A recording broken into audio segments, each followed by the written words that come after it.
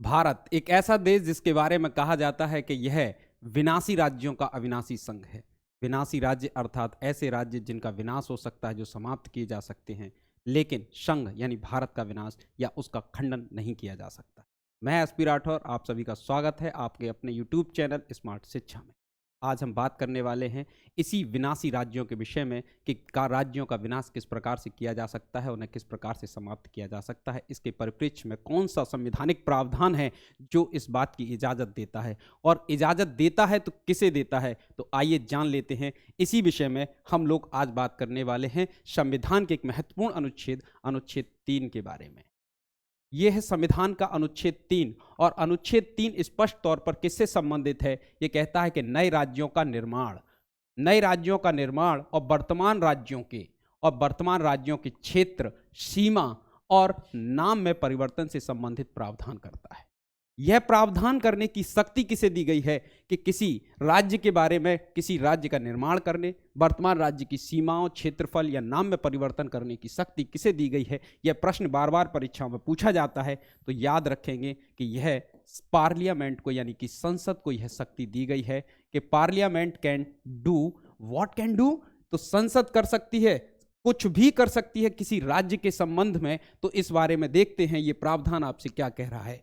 तो आर्टिकल 3 का खंड का यानी कि ए पार्ट आपसे क्या कहता है। ये कहता है कि किसी राज्य में से उसका राज्य क्षेत्र अलग करके, किसी राज्य में से, समझ रहे ना, विनाशी राज्य, क्योंकि राज्य का विनाश किया जा सकता है, उसको अलग किया जा सकता है। किसी राज्य में से उसका राज्य क्षेत्र अलग किया जा सकता है। यस, दो या अधिक राज्यों को या राज्यों के भागों को मिलाकर, दो या अधिक राज्यों को मिलाकर के या दो या अधिक राज्यों के कुछ भागों को मिलाकर के किसी राज्य क्षेत्र को किसी राज्य के भाग के साथ मिलाकर नए राज्य का निर्माण कर सकते हैं। क्या कर सकते हैं? नए राज्य का निर्माण कर सकते हैं। ये बात आर्टिकल किसने कही है? आर्टिकल 3 आपसे क्या कह रहा है? आर्टिकल 3 का खंड 1 कह रहा है कि संसद नए राज्य का निर्माण कर सकती है।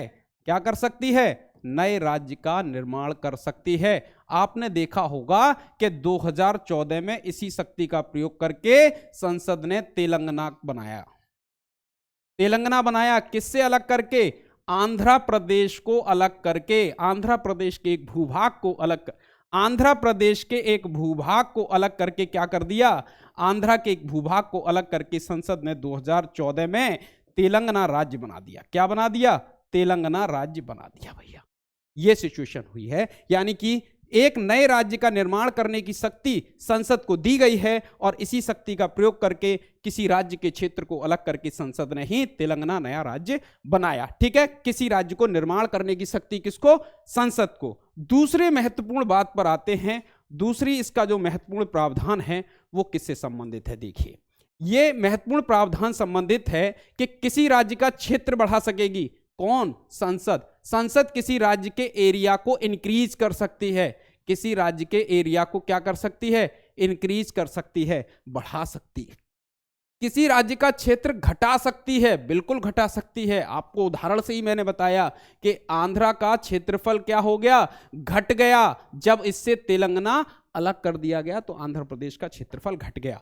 किसी राज्य की सीमाओं में परिवर्तन कर सकेगी। मैं आंध्र प्रदेश के ही एग्जाम्पल से चल रहा हूं, जहां आंध्र प्रदेश की सीमाएं पहले महाराष्ट्र तक लगती थी। अब आंध्र प्रदेश इस क्षेत्र के बीच में यहां पर तेलंगाना आ गया और ये आंध्र प्रदेश बन गया है, और ये यहां पर महाराष्ट्र है, और यहां पर अब तेलंगाना हो गया है, और यहां पर अब आंध्रा हो गया है। तो किसी राज्य की सीमा को कौन बदल सकता है? संसद बदल सकती है। किसी राज्य का क्षेत्रफल कौन घटा सकता है? संसद घटा सकती है। किसी राज्य का क्षेत्रफल कौन बढ़ा सकता है? संसद बढ़ा सकती है। और यह आर्टिकल 3 में प्रावधान किया गया है। इसके अलावा एक और महत्वपूर्ण प्रावधान एक दे हैं, किसी राज्य का नाम बदलने की शक्ति।